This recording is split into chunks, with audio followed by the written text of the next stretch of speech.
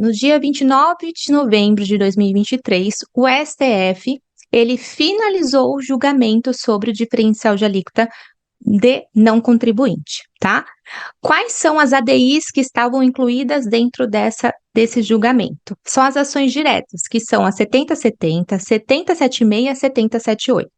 Então, o que o fisco trouxe? Ele finalizou o julgamento sobre a questão que foi levantada sobre o recolhimento, de fazer o recolhimento em 2022 ou não, por conta da nossa Lei Complementar 190 de 2022. Para vocês terem uma ideia, esse tema, ele gerou muitas informações perante a nossa legislação. Então, lá, tudo começou com a nossa Emenda Constitucional 87 de 2015, aonde foi instituída a questão do diferencial de alíquota para não contribuinte. E aí, dentro disso, a gente não teve nenhuma lei complementar incluindo essas questões de diferencial de alíquota para nós. Então, foi instituído um convênio, que é o Convênio 93 de 2015, desculpa.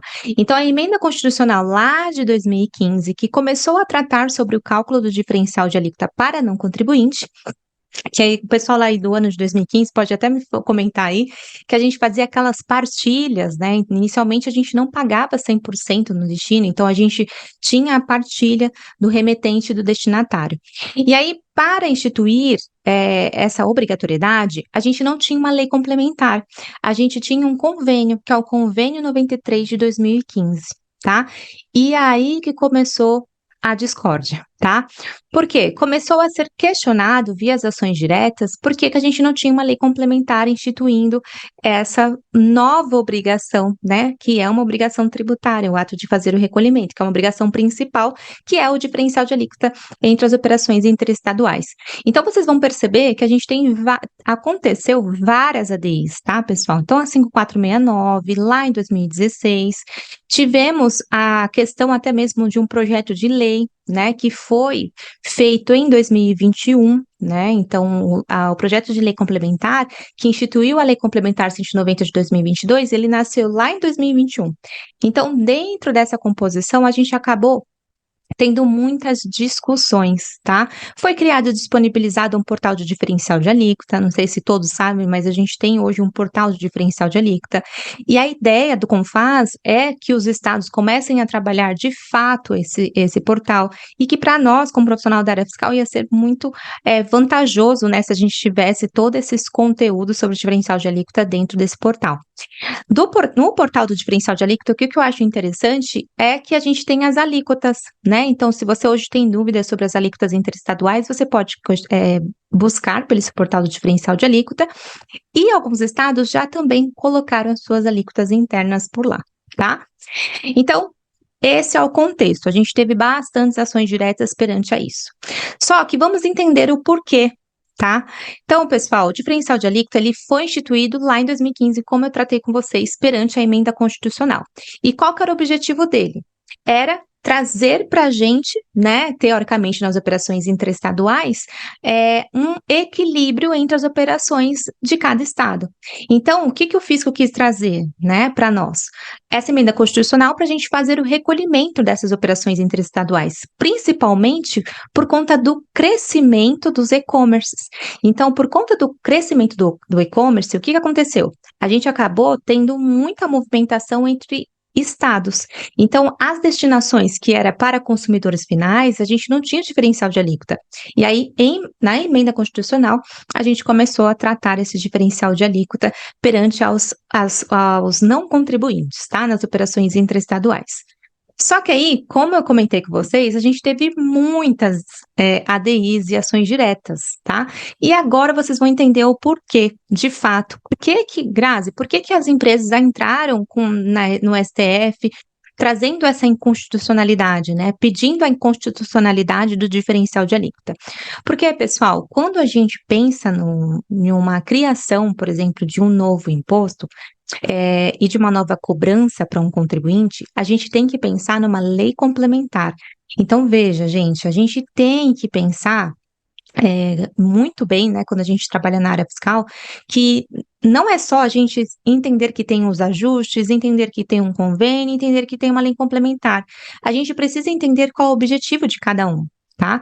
E aí, o que que aconteceu? A gente tinha uma emenda constitucional, tínhamos um convênio, né, um convênio CONFAS 93 de 2015, aonde ele firmava que os estados eles podiam regulamentar, né, esse diferencial de alíquota, mas o que foi questionado perante a primeira ADI, que é a Ação Direta 5469, que para ser regulamentada essa cobrança para o contribuinte, precisava ter uma lei complementar com caráter nacional.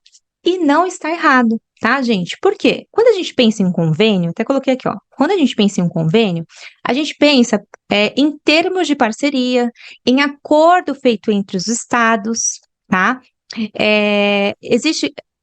Esse convênio existe para a gente ter de fato um contrato, sabe quando a gente pensa em um contrato entre as partes? Então, o convênio, ele tem como objetivo fazer esse contrato entre os dois estados, para que esses dois estados, a questão do recurso que ele conseguir perante a sua arrecadação, seja trabalhado com uma execução de um objetivo comum.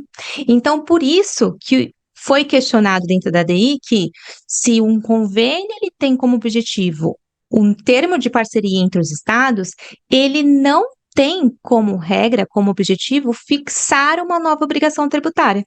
E aí, se a gente pensar numa lei complementar, ó, o que que é lei complementar, tá, gente? Então, quando vocês pensarem em todas as leis complementares que vocês lerem aí, em todos os convênios, vocês sempre vão ter que pensar nisso, tá? Então, um convênio, ele se trata de um contrato entre dois estados, entre uma união entre todos os estados, tá? Tem a questão do protocolo também, que são alguns estados. Então, a gente precisa entender, quando a gente vai estudar sobre a legislação, quais são os objetivos de cada texto, tá? E uma lei complementar, ela fixa normas para a cooperação entre a União, os estados, Distrito Federal e municípios conforme a Constituição Federal. Então, quem trata e regulamenta qualquer tipo de cobrança, tanto a obrigação tributária, né, tanto a principal e a acessória, precisa ter uma lei complementar.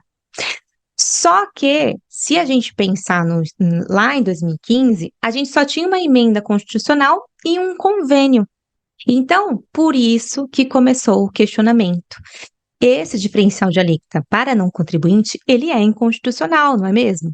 Pensando nesse caráter de um convênio, ele não pode atribuir, né, uma cobrança, né? Ele não pode suprimir essa cobrança, ele tem que ter uma lei complementar vinculada.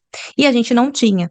E aí, se você começar a pensar, né, nessa questão desse questionamento, a gente começa a entender que a falha estava aí. Né? Então, agora em 2021, que o STF começou a trabalhar essas questões, e aí a gente começou a entender que a gente precisava de uma lei complementar, e para quem viveu já na área fiscal, percebeu que nos meados de dezembro de 2021, foi uma turbulência de legislações, assim como todos os anos acontece. Esse ano também aconteceu, a gente teve muitas alterações perante a nossa legislação.